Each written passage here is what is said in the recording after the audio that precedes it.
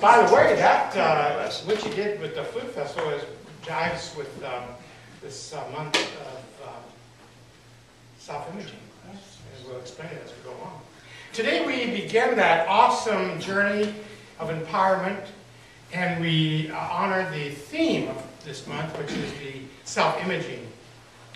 Many years ago, the Science of Mind magazine came out with an article, it's an essay actually, that pretty much we can use for the metaphor for this month.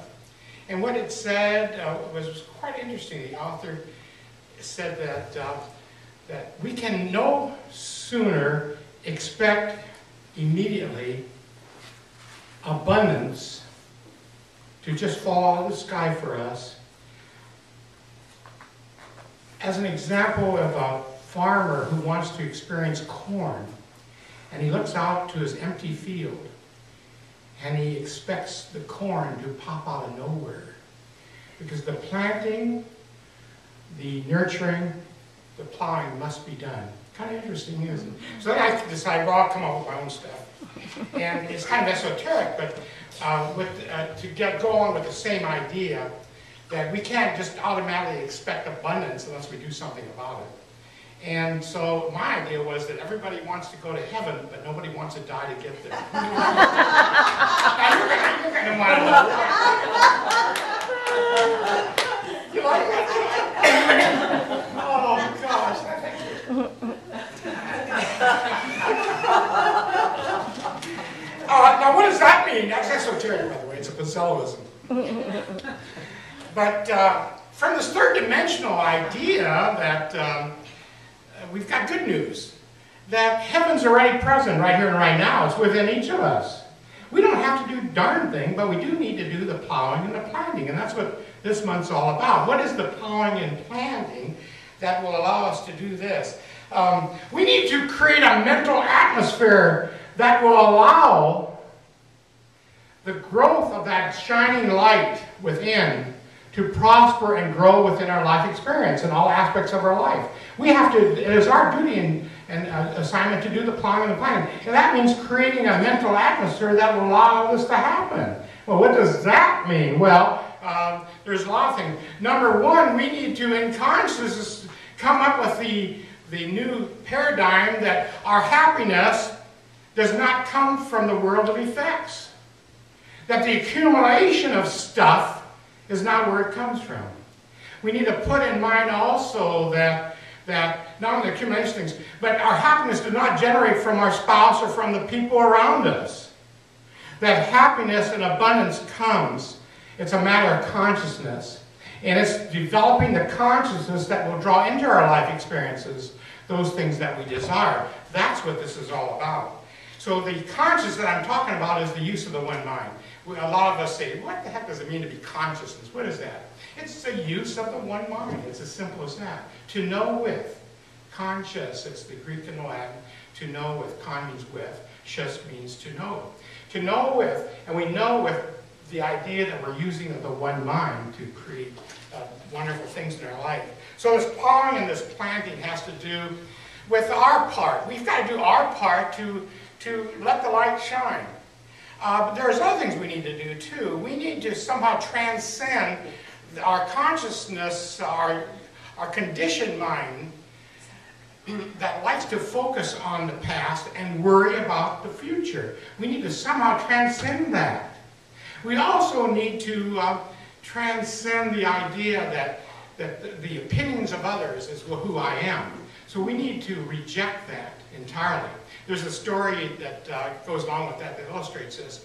This young man, we can call him Walt, answered a wanted ad in a newspaper, and he presented some sketches.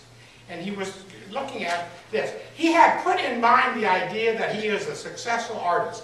He created that image in his own mind. I am a successful artist. And so he goes to the interview, and this author, this publisher of this newspaper looked at it and studied the things and shook his head no.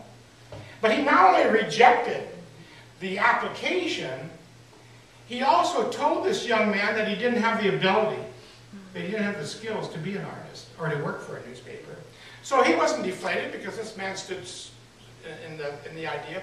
He's already created this image of who he really was. So he goes to several newspapers and still he was rejected. Same old story. So finally this kind of a mega church gave him a job to design the publicity for his church, for the church. And he did well. And what he did was he rented this little mice-infected garage because he decided he was going to design and do the cartoon work at his garage. And he became a very famous man. And who was he? Go ahead. Walt Disney. Walt Disney created the image of who he was going to be. And going through all the rejections and all, he became that. But also, one of the mice became famous too. Who was the mice? Yeah! So this month, it's kind of fun to look at all this stuff. This month we put in mind some major principles.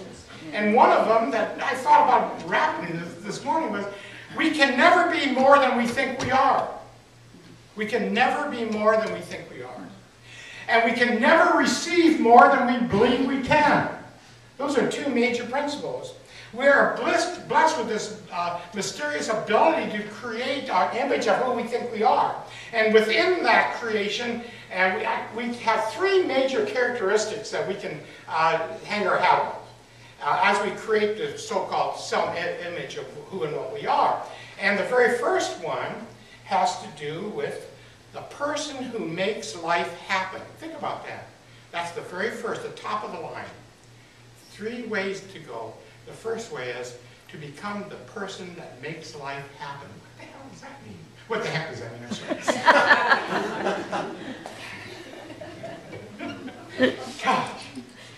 Anyway, it's the person that knows within the deepest pit of his heart that he's more than his body. He also knows that the economy and the social events and the politics and all this stuff out there is not who he is, that he's beyond that these are just happenings, these are contents, that he comes from the source of all there is, connected to a dimension of all possibilities, and that's who I am. And I can make life happen for me. How many of you agree with that? Now that's where you came in, my friends. You made life happen this weekend. It was the most awesome experience that I've had in all those food festivals. I can tell you that. It was good. And you can clap for them again if you want. Now you're going to say, well, Angela, you blew it all. What's the second characteristic? Yeah, there's a second one.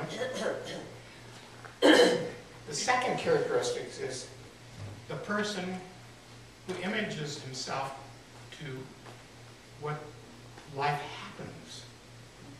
To life happens. The person who thinks that just life happens. What does that mean?